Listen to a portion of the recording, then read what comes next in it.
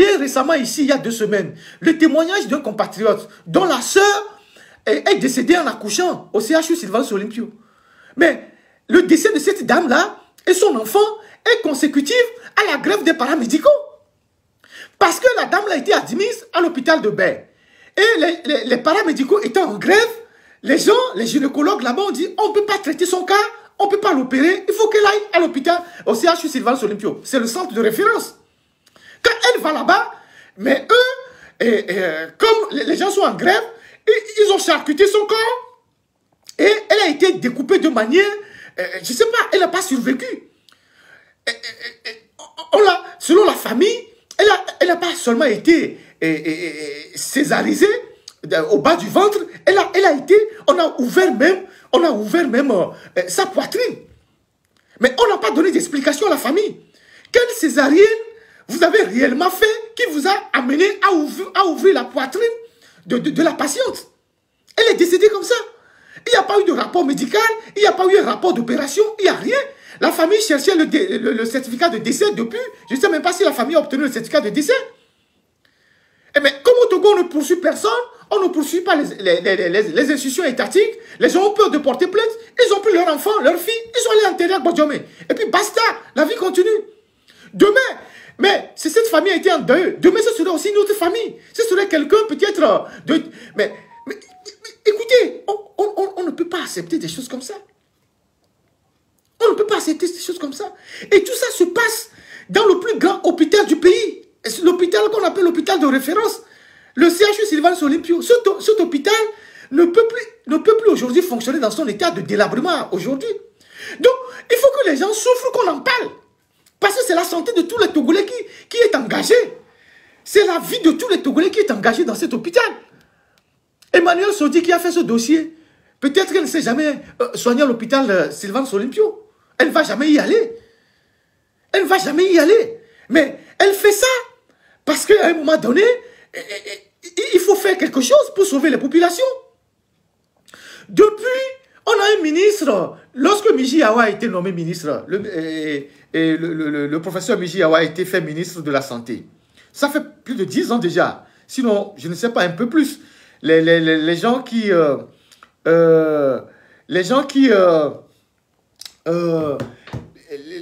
ont la mémoire assez fraîche peuvent se rappeler de quand est-ce que ce monsieur a été nommé. Quand Miji Awa a été nommé ministre de la Santé, les gens ont applaudi, les gens ont dit que c'était un professeur très brillant, c'est l'un des meilleurs de sa génération, il vient du corps, il va faire des merveilles. 10 ans après, il n'a rien foutu. Quelqu'un qui est ministre depuis 10 ans, ministre de la Santé, il n'a pas été capable de moderniser le système de santé dans notre pays. Quand vous allez aux urgences, quelqu'un en parle, c'est une catastrophe totale. Vous avez un problème au Togo, vous arrivez aux urgences, il n'y a pratiquement rien. La dernière fois, je ne sais pas, c'est la BOAD ou bien quelle banque qui a donné un peu d'argent pour améliorer les conditions aux urgences. Et donc, ce ministre, qui est un professeur de médecine, n'a pas pu faire le miracle. Il n'a pratiquement rien fait. Mais qu'est-ce qu'il a fait de grave? Il est allé chercher des blancs. Il est allé chercher des blancs dans un projet opaque de contractualisation. Et donc, on a remis la gestion de certaines de nos structures de santé, donc nos hôpitaux, aux étrangers, notamment les blancs.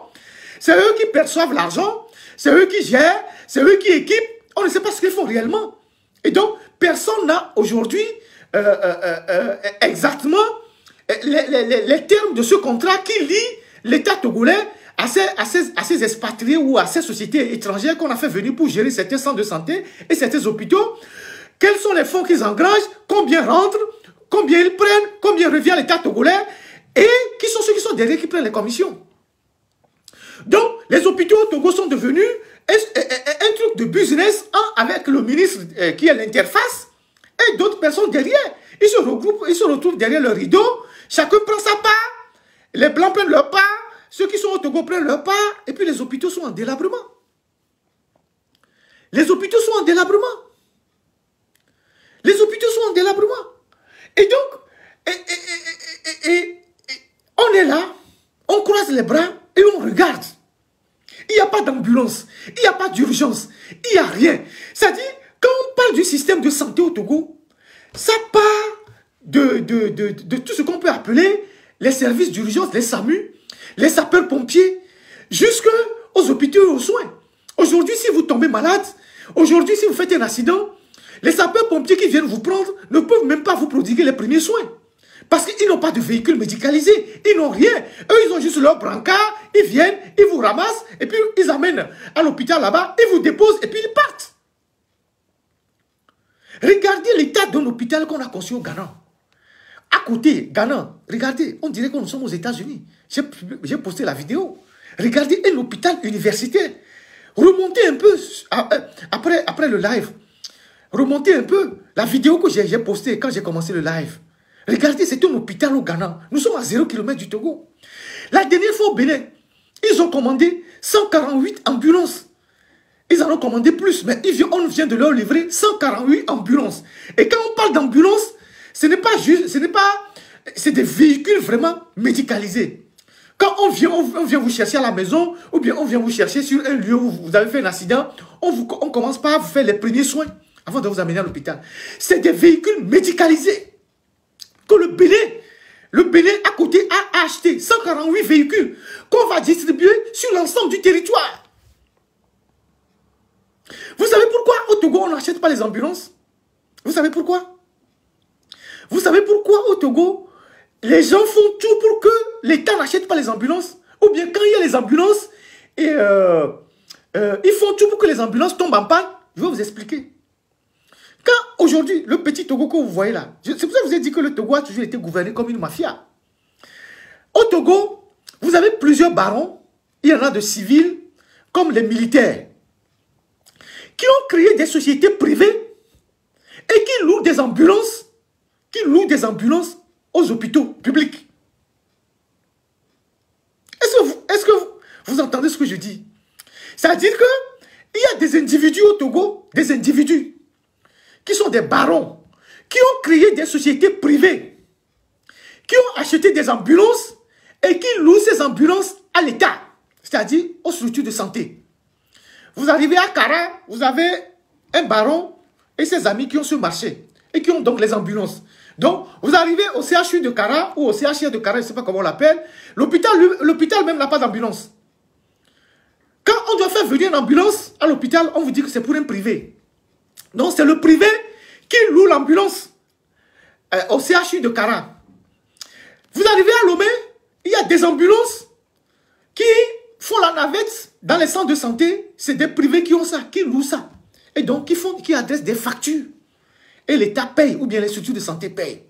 Donc, ceux qui ont ce business-là, et leurs réseaux qui sont dans les pôles des décisions de l'administration, ont intérêt à ce que l'État ou bien le gouvernement, je ne sais pas quoi, n'équipe pas les hôpitaux, n'équipe pas les centres de santé d'ambulance, parce que ça va noyer leur business. Ça, c'est un aspect de la chose. Je ne dis pas que c'est ça qui justifie tout, mais c'est un aspect de la chose. Mais le reste, c'est un manque de vision. Parce que si vous avez une vision, d'équiper votre pays d'hôpitaux modernes, de les équiper, d'avoir des plateaux techniques relevés, vous êtes président de la République, vous êtes premier ministre, vous allez casser tous ces réseaux-là et trouver les moyens pour équiper votre pays. Quand Talon est arrivé au Bénin, mais il était confronté aussi à cette mafia dans le système de santé. Il a cassé ça. Il a pris le temps de casser ça. Talon a dit, si vous êtes un médecin dans le public, vous ne pouvez pas avoir une clinique privée. Ou soit vous êtes dans le public, ou vous êtes dans le privé. Les gens qui détournaient les malades pour aller dans leur clinique, tout ça, il a cassé ça. Les gens ont bourdonné. Il y a eu de la résistance. Mais après, il a cassé tout ça. Après avoir cassé tout ce réseau, après avoir mis les gens au pas, mais maintenant, il met l'équipement. Il construit les hôpitaux. Il met l'équipement. Mais chez nous, mais après 20 ans de gouvernance, il n'y a rien. Il n'y a pratiquement rien. Il n'y a pratiquement rien.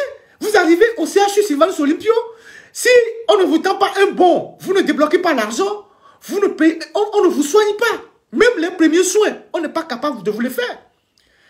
D'où la question de savoir si vous créez l'assurance maladie universelle et qu'il n'y a pas d'hôpitaux et qu'il n'y a pas de plateau technique, les gens se soignent comment? Vous créez l'assurance maladie universelle. C'est une bonne chose, a priori. Mais les gens se soignent où? les gens vont se soigner où? Sur quel plateau technique? Dans quelle structure de santé? Il n'y a pratiquement il n'y a pas grand-chose. Il n'y a pas grand-chose. Donc, l'état de nos structures de santé doivent nous préoccuper. Doivent nous préoccuper au-delà de nos appartenances politiques, de ce que nous faisons comme politique politicienne. Quand à Sotubois, ou je ne sais pas, on a vu ça sur les réseaux sociaux, à Sokode ou à Kara, les paysans sont mordus par les serpents et qu'il n'y ait pas de sérum antivenimeux et que les gens meurent. Mais peut-être que parmi ceux que les serpents mordent là, il y a des militants d'Uni et que des gens meurent. Est-ce que c'est raisonnable? Est-ce que c'est normal? Ce n'est pas normal. Toutes ces choses doivent nous indigner. Donc, ce n'est pas la peine d'aller s'en prendre à une journaliste qui n'a fait que son travail, à son média qui n'a fait que son travail. De dire qu'elle est au service des impérialistes, je ne sais pas, je ne sais même pas ce que vous appelez impérialistes. Ceux qui sont au Togo, qui vous tuent, qui volent l'argent, qui volent les milliards, qui viennent acheter des appartements en Europe, qui vont déposer l'argent à Dubaï, ils sont pires que ceux que vous appelez les impérialistes. Ceux qui détournent des milliards tous les jours au Togo, ils sont plus dangereux que les impérialistes, que ceux que vous appelez les impérialistes. Notre problème, c'est nous d'abord, nous-mêmes les Togolais, nous-mêmes les Africains. Peut-être que ceux qu'on appelle les impérialistes, ils ont peut-être 20%, bien 30% de responsabilité. Mais la grande responsabilité, c'est nous-mêmes, c'est nos dirigeants. C'est l'inconscience de nos dirigeants. C'est le manque de patriotisme de nos dirigeants. C'est nos dirigeants qui détournent des milliards. Mais les gens comme les Patrice Talon, ils construisent des hôpitaux, ils font des routes. Pourquoi au Togo, on ne le fait pas? Qui les empêche de faire? Les gens comme Ouattara, on peut dire qu'ils prennent des dettes. Oui, chaque pays s'endette. Nous là, on fait quoi avec la dette? Eux aussi, les autres aussi prennent des dettes. Mais nous, on fait quoi avec la dette? Nous, on fait quoi avec la dette?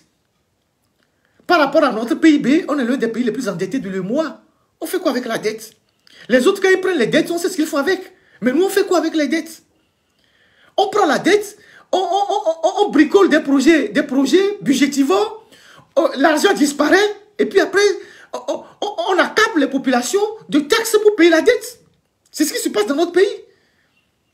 Et donc, les autres, ils font des routes, ils construisent des hôpitaux, ils construisent des centres de santé, ils construisent des hôtels. Et nous, on fait quoi? Nous, on ne fait rien. Donc, c'est de la responsabilité première de nos dirigeants. C'est nos dirigeants qui sont responsables. Quand l'argent qu'on doit utiliser pour construire les routes à Ebel là-bas, et les routes à Blogam et tout ça, quand l'argent disparaît, ce n'est pas les autres qui sont responsables, c'est nos dirigeants qui sont responsables.